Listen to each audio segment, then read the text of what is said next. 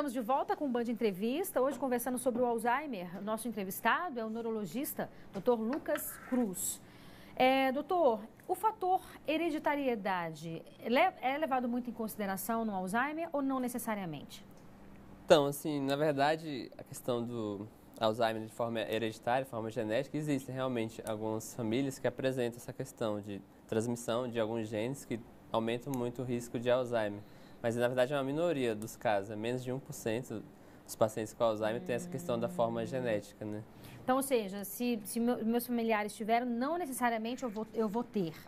Não necessariamente, sim. E geralmente, quando isso acontece, também é da forma que a gente chama de uma forma precoce. Então, começaria na idade mais, um paciente mais jovem, né? E, em geral, o Alzheimer, ele começa a surgir a partir de qual idade? Sim, na verdade, a maioria das vezes começa a partir dos 65 anos e, com a avançada idade, a prevalência vai aumentando. Então, a partir dos 80 anos, a prevalência de Alzheimer já é bem maior do que na população geral. Então, costuma-se dizer que é uma doença que se aproveita do envelhecimento, né? Então, quanto mais a gente envelhece, maior a probabilidade de desenvolver o problema. Existe um fator também de, como é que eu posso dizer, da mente, de uma forma inteligente, querer esquecer de alguns traumas. Eu não sei se... Entendi. Entendeu o que eu quero dizer, né? Como se fosse uma proteção. Uma proteção, uma autodefesa, uma autodefesa. Sim. Na verdade é difícil dizer isso, mas eu não acredito que não. Na verdade, o cérebro, ele luta, na verdade, contra esse problema. A gente consegue ver quando faz uma biópsia, né, tira uma parte do cérebro da pessoa que faleceu de Alzheimer, você vê que tem ali algumas alterações inflamatórias, né? Então, como se fosse, não é algo... vamos dizer assim, psicológico, voluntário. É algo concreto, né? Que você consegue infelizmente, hoje em dia, a gente só consegue identificar quando a pessoa já morreu, né? Em vida, você não consegue efetivamente você identificar a doença, embora tenha todos esses sintomas que você tenha dito, né? Mas, quer dizer, é algo concreto, né? Que está ali, você também como médico, é mais racional nesse sentido, né? Então, a partir dos 65 anos, em geral, que começa a surgir. E como prevenir? É possível você prevenir o Alzheimer? Nós falávamos aqui sobre a questão da leitura, a questão das palavras cruzadas, mas existem outros fatores também de prevenção? Sim. Alguns estudos mostram a questão de atividade física regular, ela ajuda essa questão até na parte física também, você tem um condicionamento físico melhor, você previne as doenças cardiovasculares e, por conseguinte, você tem uma saúde cerebral melhor também. Questão de alimentação, alguns tipos de dieta, né, são mais associados. Tem estudos com dieta mediterrânea, algumas dietas com restrição de carboidratos também. Carboidratos? Podem... Restrição, né? Mas, assim, nada assim definitivo, né? São sugestões que realmente possam prevenir o aparecimento mais precoce da doença. Alguns alimentos também que podem contribuir, específicos assim? Sim, ainda os estudos são bem iniciais, assim, tem muitos fatores que confundem nas pesquisas, né? É difícil dizer alguma coisa mais específica, concreta mesmo. E quando a gente fala de atividade física, a gente está falando de uma caminhada de meia hora por dia, já seria o suficiente? Na verdade, geralmente a OMS recomenda pelo menos 150 minutos, né, de atividade física por semana, mas qualquer atividade física já é benéfica, na verdade. É melhor do que o sedentarismo, é pior, né, no caso. O Alzheimer, ele foi descoberto, entre aspas, recentemente, né? Inclusive com esse nome. Mas, assim, dos nossos avós, bisavós, a gente tinha quadros de pessoas que chamavam atacaducando, né? Seria o Alzheimer? Então, na verdade, realmente, antigamente, na verdade, essa questão de demência é uma questão bem antiga, na verdade. Desde os tempos da Bíblia, você já consegue ver descrição de quando o idoso chega na idade mais avançada, ele tem uma dificuldade de memória. E essa questão de caduquice, falar que o paciente está esclerosado, assim, anteriormente acreditava-se que, por exemplo, esse termo esclerosado era porque os vasos cerebrais ficavam mais enrijecidos e a pessoa tinha dificuldade de memória. Por isso que usava-se esse termo.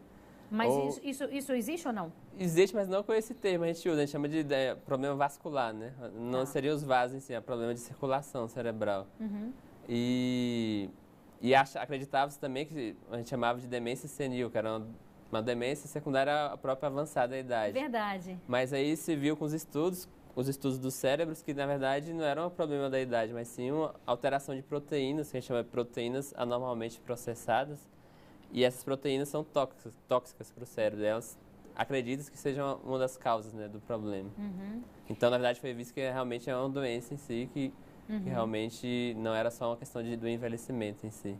A gente vai falar daqui a pouco sobre a importância dos cuidadores também terem uma atenção, inclusive até um suporte psicológico, porque não é fácil. Mas a pessoa que ainda está ali, 65 anos, a gente está falando de alguém muito jovem. Sim, né? Com certeza. E que identifica. O psicológico dela também pode ser abalado diante desse diagnóstico? Sim, isso é uma questão bem sensível, né?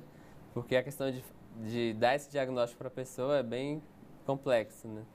Alguns estudos mostram, é interessante, né, que quando são feitas pesquisas com familiares, questão de revelar ou não o diagnóstico para o paciente, a maioria, na verdade, inicialmente é contra falar o diagnóstico. Então, às vezes, até por uma proteção da própria pessoa mesmo, né? Então, realmente tem que pesar bem, ver com a família, com essa questão, se realmente a pessoa está preparada para receber o diagnóstico ou não. E faz sentido mesmo, né? Porque a gente sabe que o psicológico também, ele influencia bastante, né? Sim, com certeza.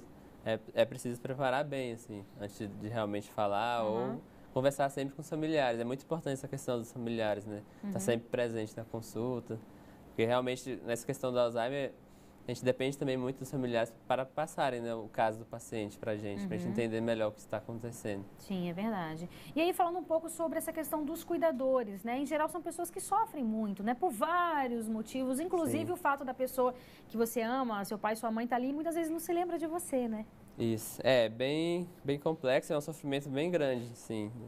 O índice de problemas emocionais em pacientes que cuidam de pessoas portadoras de Alzheimer é bem prevalente, bem comum.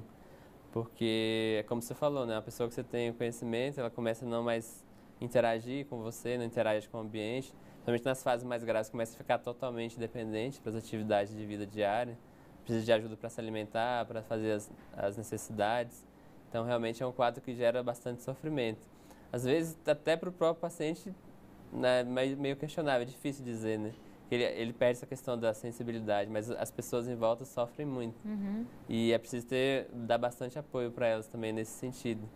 A gente vai voltar a falar um pouco mais sobre esse tema, que realmente é muito importante. A gente lembra que esse programa ele é gravado, mas você também pode participar com comentários e sugestões de entrevistas pelo nosso telefone 99976-9204, nosso WhatsApp. E agora a gente faz mais um breve intervalo e não saia daí, que daqui a pouco a gente volta.